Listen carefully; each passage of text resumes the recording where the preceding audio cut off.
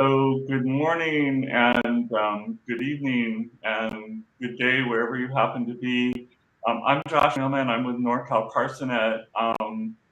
We understand the Lutathera disruption and what a patient needs to know.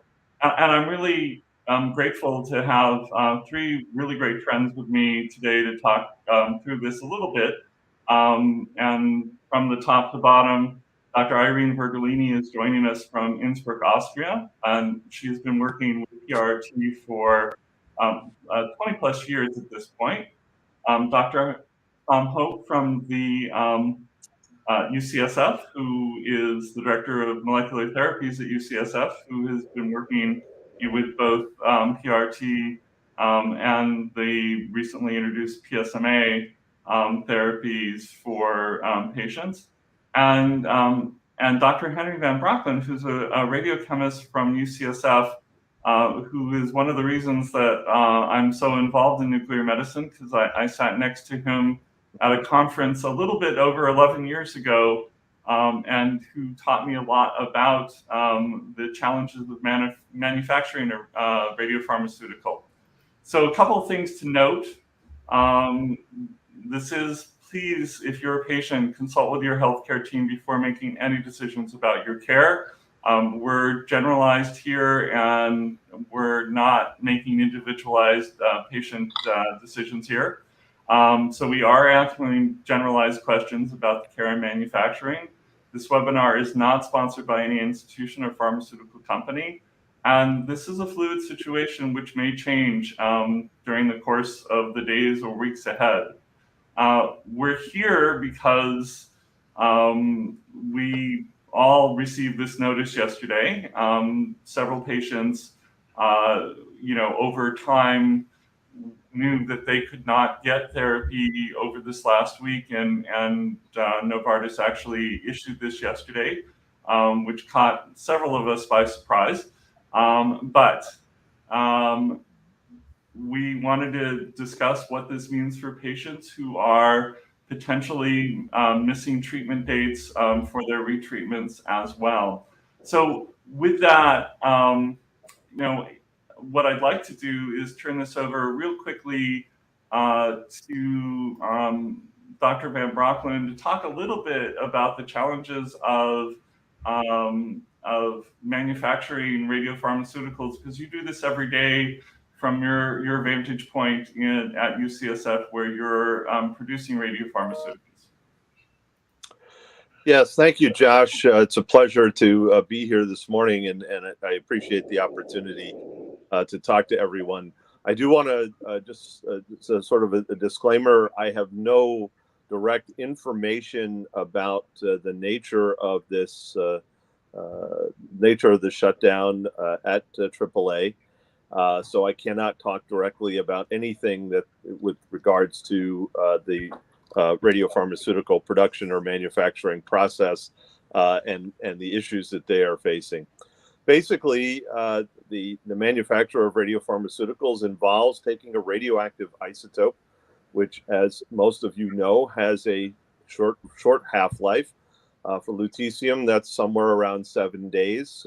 Half of it decays away in 7 days.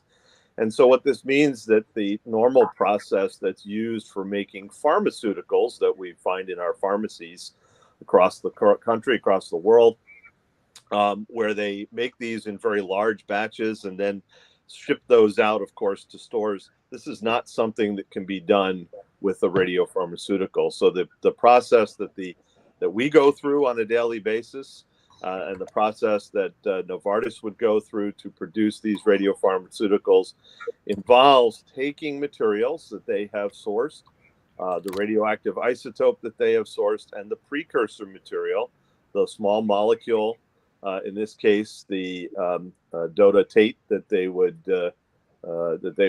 be labeling with the lutetium, and take that material, which they have presumably checked and is made for use for human use, and radio label that with the lutetium-177. Following that, what they do is go through a process of purifying that through filtration, through ultra high filtration, that takes any unwanted potential toxic. There's no toxic materials in there to start with, but it removes any potential things that would go through, that would not pass through the filter and then be put into the final product. So it makes a very clean product when they're finished with when we're finished with making the materials. Then this material would go through quality testing. And there's a number of different quality tests that this would go through, including sterility test and endotoxin testing. And it has to pass all of those tests before they can release the material for injection into the patient. And so, and this goes with any pharmaceutical as well, that it has to go through a series of quality tests. And if any of those quality tests are not passed, then it would not be released to the public. So, and I think from reading what they sent out, and we can't read into it, but they have identified something in their process that they were not comfortable with. They will have notified the authorities, that would be the European and FDA authorities, regulatory agencies, to let them know that they have stopped this process. Here's what they're doing, and then they will produce a final report that will go to these agencies and get reviewed before they restart the process. Josh, is there any other questions that you think that I can address relative to this subject? Obviously, you produce radiopharmaceuticals in your facility every day, and there have been times that, whether it's something that happened inside of your facility, whether it's a ceiling panel that went out or something else that may cause you to have to requalify and do some other things. And what's the process of restarting and requalifying your site? And just real briefly. So essentially, and thank you for bringing that point up, that this, the issue does not necessarily have to be with the process itself, that, the entire process of making radiopharmaceuticals takes into account the entire facility, from the ceiling to the floor, to all of the equipment that the radiopharmaceutical may come into contact with. And so perhaps there was something else, not something mechanically or physically wrong with the space, that they wanted to make sure was addressed, so that it didn't compromise the quality of the radiopharmaceutical. So thank you for bringing up that point.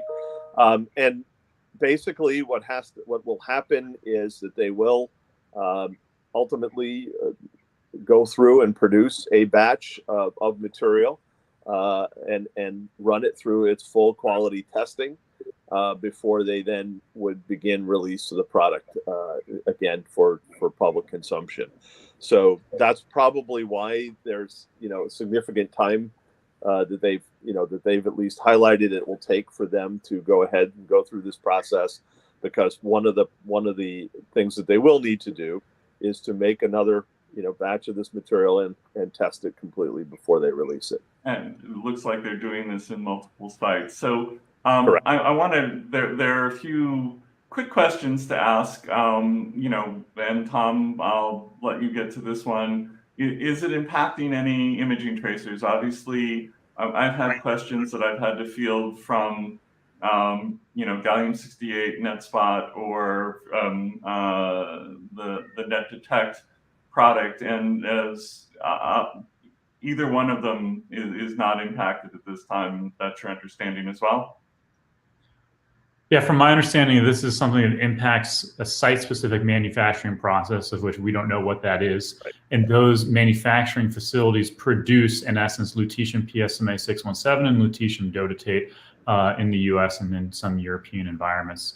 The gallium kits are kit-based, so that those are going to be manufactured presumably in a different facility. And also, once they're manufactured and signed off on, they have a backlog of those kits that they can distribute. So whatever is already out in the field can be used, et cetera, no matter what. So it will not impact the gallium label compounds. And then the copper dotatate is obviously a different manufacturer with different facilities that would be in St. Louis. So it's all definitely not impacted as well.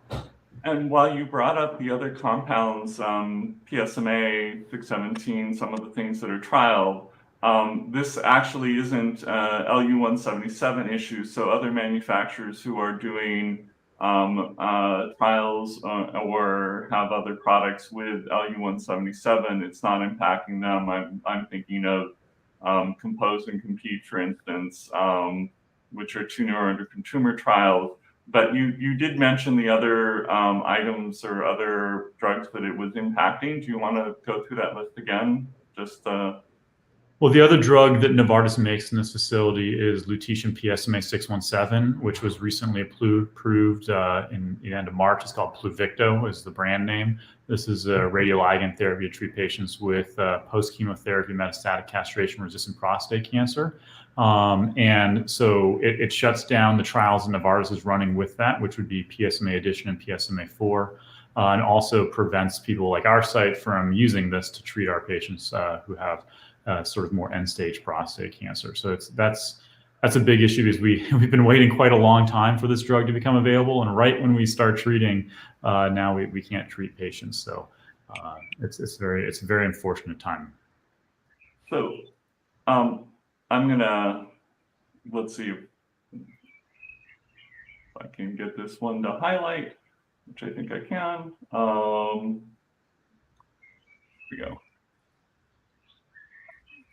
Oh, over You here. want to answer that question? Yeah, sure. Feel free to sorry, I just wiped it off the thing, so I'll restore it there, but go for that. Question. Should you be looking for side effects if you recently got treated with lutetium? No. So there's no indication that any product that Novartis has shipped out failed anything. And if it had failed a quality assurance test or anything like that, it would not have been administered to the patient. So that's a really important aspect. And if there ever was that, there would be a tracing program where the treating physician would be told of this and we would go talk to you specifically. But from my understanding, there is no safety concern. I mean, there's safety concerns for side effects that we know for PRT because of the radiation dose, but nothing related to the manufacturing process. And there's nothing that an individual patient should be thinking about looking for in terms of toxicity related to whatever the issue is that Novartis has. So I go for that, Irene. I agree with Tom on this, and I think also it could not be on the peptide kits as they are produced here in Austria, by the way. And I think that it must be something in the company on the final production process when you link the peptide together with the isotope, with the chelator. But I agree completely that there is no possibility of side effects from previous PRT. So but now regarding the effectiveness, from my point of view, so at my institution we started that earliest in 1996, first with the yttrium labeled compounds, which was at that time a little bit a different compound as Lutathera. But over the years, we have also changed in the time span between the cycles. So in the very beginning, we had 3 months. And if patients are retreated, get the second course of the 4 cycles of Lutathera, they can have also 1-2 years in between if they start being progressive again. So I think we should. I think as long as we don't know how long this time span will be, if it will be more than 6 weeks, what is that now, then we should make individual decisions for each one of the patients. And with my institution, we produce the substances, the Lutathera, or the yttrium labeled compounds or similar compounds ourselves. So there is not a problem on neither lutetium, on the isotope or the gallium, and also not on the kits. So the question is if it is just a period of 6 weeks or if it will go longer. So hopefully we will hear something in the beginning of the next days from Novartis, especially for the States. So I know that certainly Novartis is certainly working on communication to go out, hopefully sometime next week, that they'll communicate to more healthcare professionals as well. I know they're already talking to Dr. Hope and others who give this therapy. Tom, do you have any sense of how this will be allocated once you start back up, or have you thought through how you're going to do that? So no, I mean, we've thought through it to a certain extent, but I have to say the communication out of Novartis has been limited. And what I mean by that is I don't know how many doses they'll be able to deliver, what the pace of scaling up will be. Are they going to prioritize people who are already on treatment, Lutathera versus lutetium PSMA 617? So at the moment, it's actually nearly impossible to plan for the reopening because we don't know when it's going to happen. We don't know the number of doses that will be available. So at this moment, we are just sort of rescheduling patients' doses into June, assuming that treatment will be up and running then. But in all honesty, it's a little bit hopeful that they'll be able to deliver all the doses because there's going to be now twice the number of patients on the lutetium dotatate side that are going to be piled up into June. And then with lutetium PSMA 617 doses all coming online, as sites are opening up right now, ready to go, it's going to be, I think, difficult for Novartis to figure out how to prioritize which patients get which doses on the national level, because they will have to decide who they're going to deliver the limited, they won't have enough bandwidth to supply June and July is my expectation, but I don't know actually what's happening. There's very little vision being provided from Novartis about how we should plan for this. Right, so right now you're just rescheduling, but you don't have any, do you want to talk a little bit about how you order doses and how far ahead and how that works actually, so patients understand the workflow that you're involved in? So we order doses from Novartis directly, and usually we try to order the dose. I mean, we're required to order the dose 2 weeks out at least. We usually order them about 3 weeks out. With cycles being 8 weeks apart, we'll even schedule it further out to make sure that we get things on the schedule, et cetera. But in this case, we'll push in essence, we're delaying people's doses by a little over a month into June, and ordering the doses, and we don't have any insight as to whether or not those doses will be delivered, even if we order them. But yeah, it's an online ordering process, and usually it takes about 2 to 3 weeks ahead of time to order the doses before you get them, if that makes sense.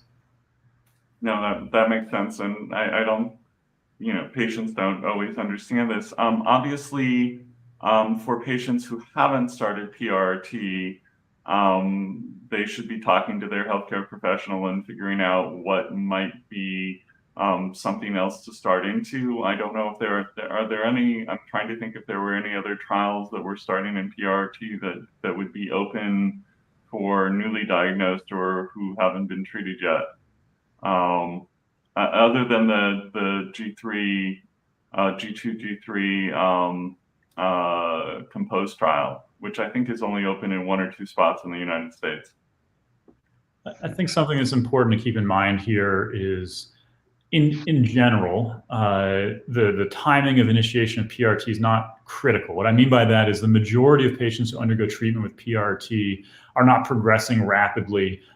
Usually the progression is slow paced, and waiting a month or 2 actually won't make any difference clinically for the individual patient. I think that's really important to remember. It's a minority of patients who are progressing quickly enough where you actually do want to get that dose in, but that's actually fairly uncommon. And even in those patients, if you're progressing that quickly, oftentimes, and they're usually more PNET, pancreatic neuroendocrine tumor patients, and you'd probably be prioritizing chemo anyways because of the fast rate of onset, et cetera. So having a 1 month or 2 month delay at this as a starting PRT, even if you're on PRT, isn't going to it's not dramatic. There's no known impact on the outcome of you as an individual patient. I think it's frustrating.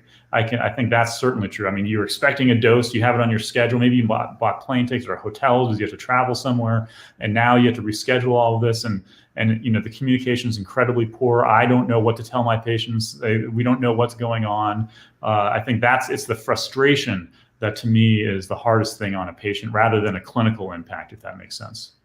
Yeah, I think as a patient, we like we like certainty. We like knowing our schedule or our plan, and knowing that we're doing something on a certain date. But I mean, I look back at my own time at having PRT the first 3 rounds that I had. So and I only had 3 rounds the first time, and they were spread out over the first one was 3 months versus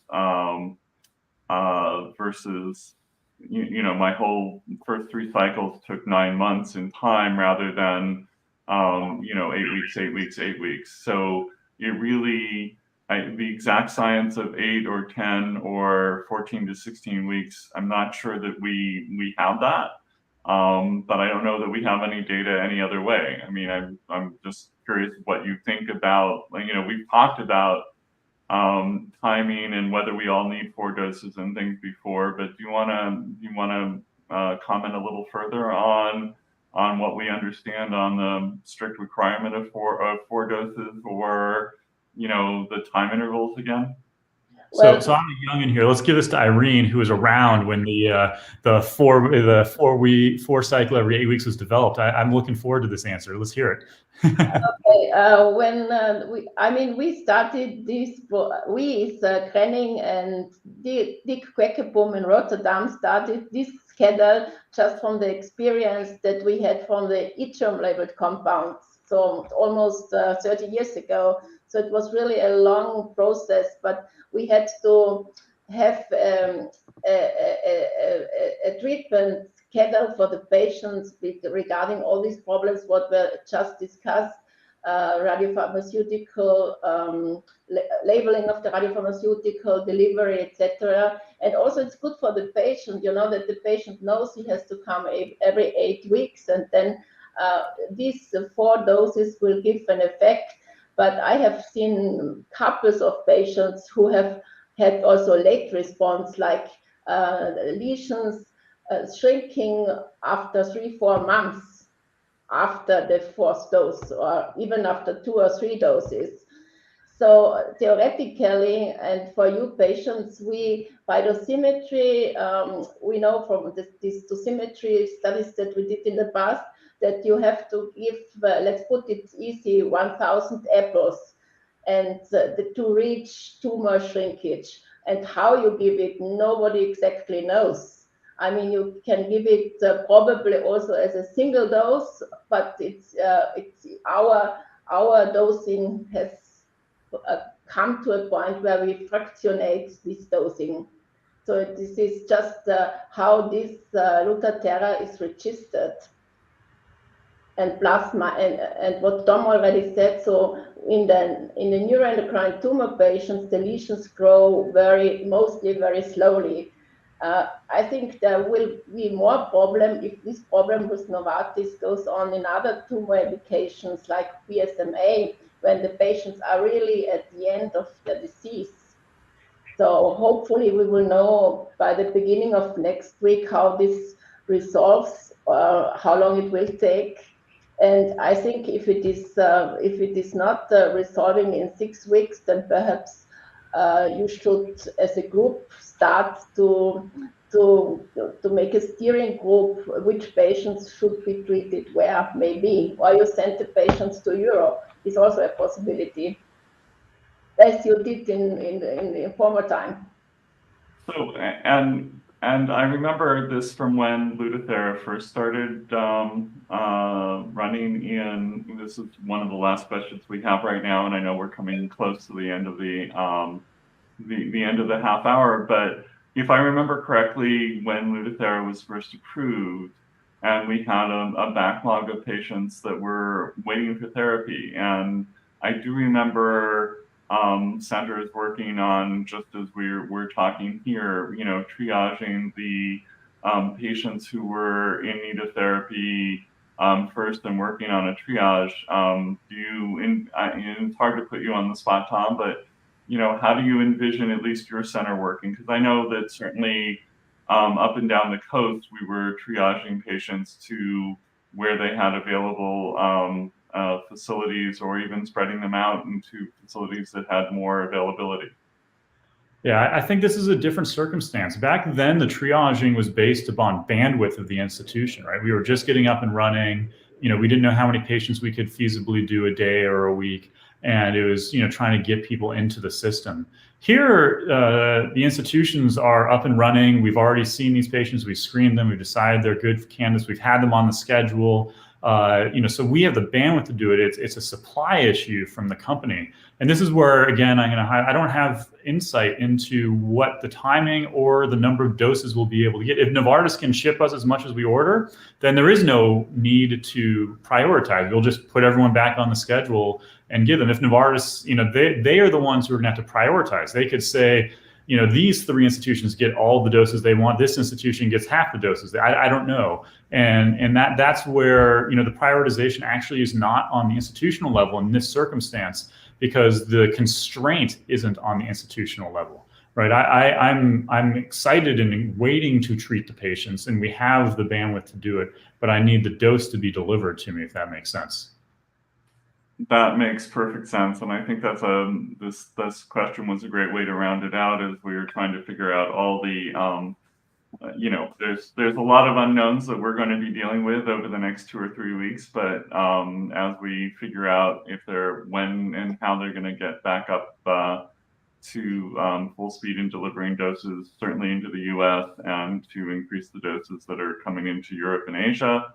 I really want to thank you. This came up as a spur of the moment yesterday, and you guys all rallied to get together within 24 hours and at least put some information and help the patient community out. So I really do want to thank you for taking your time out of the day, and look forward to further conversations, and hopefully on topics on improving health, not dealing with shortages and manufacturing disruptions.